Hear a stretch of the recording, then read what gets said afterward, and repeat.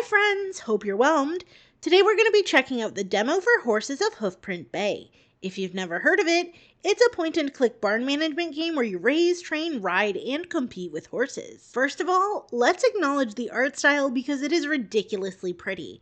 It looks like it would be at home amongst a shelf stuffed full of whimsical picture books, and that makes sense because it's hand-drawn. It's the product of a two-person dev team, and even though it looks absolutely adorable, the demo has a lot of stuff on offer. I've got to be honest, I've played through it 3 times already. We don't have a release date yet, but when we do, I will be shoving my money at the devs to get my own copy. For reference, we only get to spend 25 days in the demo, but I had so much fun, I've spent over 6 hours with the game so far. I was allowed to playtest this, so thank you so much to the Hoofprint Bay team for reaching out. I had a great time. There's so much to talk about just from the demo alone, cuteness notwithstanding. It has surprisingly intricate mechanics at play, most of which are accessible from your barn's screen.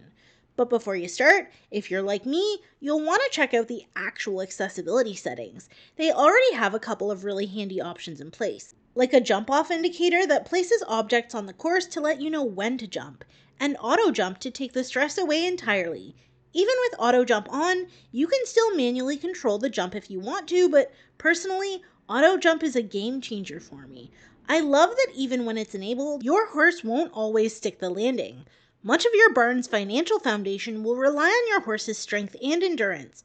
Both stats have a cap where you can only skill them up to a certain point, so you'll have to breed the next generation to get prestigious champions, and the family lineage system is impressive. But if you're not into the competition angle, Hoofprint Bay offers lots of other avenues to make money.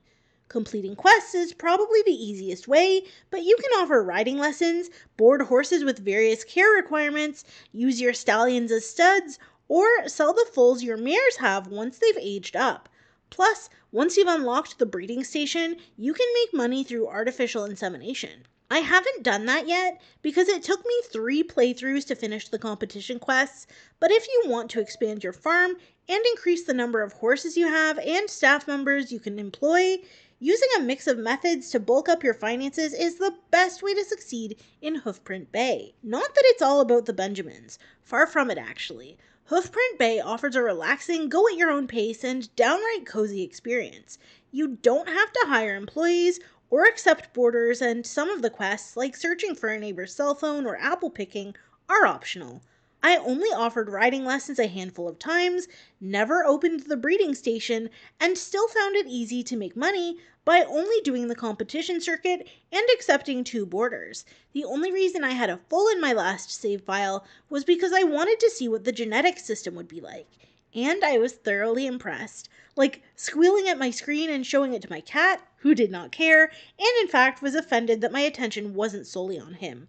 But seriously, look at how cute the foals are. I can't wait to experiment with them more in the full release. This little guy is a stunner.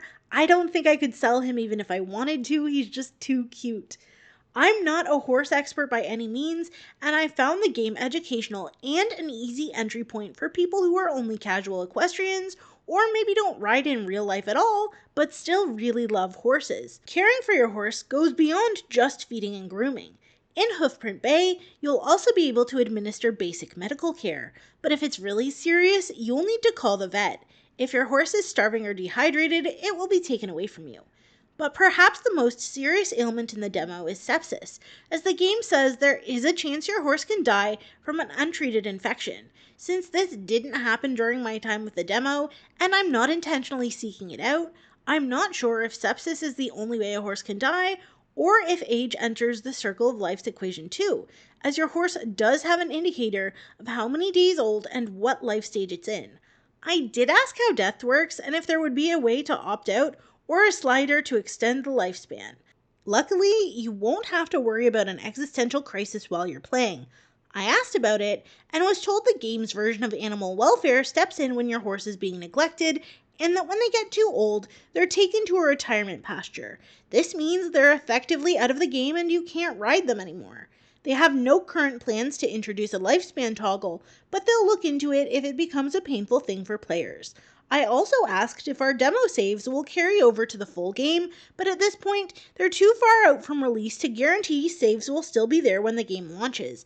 And of course, the biggest question I had was if players will be able to use the horses that they create with the horse creator in-game. Right now, it's just a fun extra for people to see what's possible, but I would absolutely love the option to own the horses I make.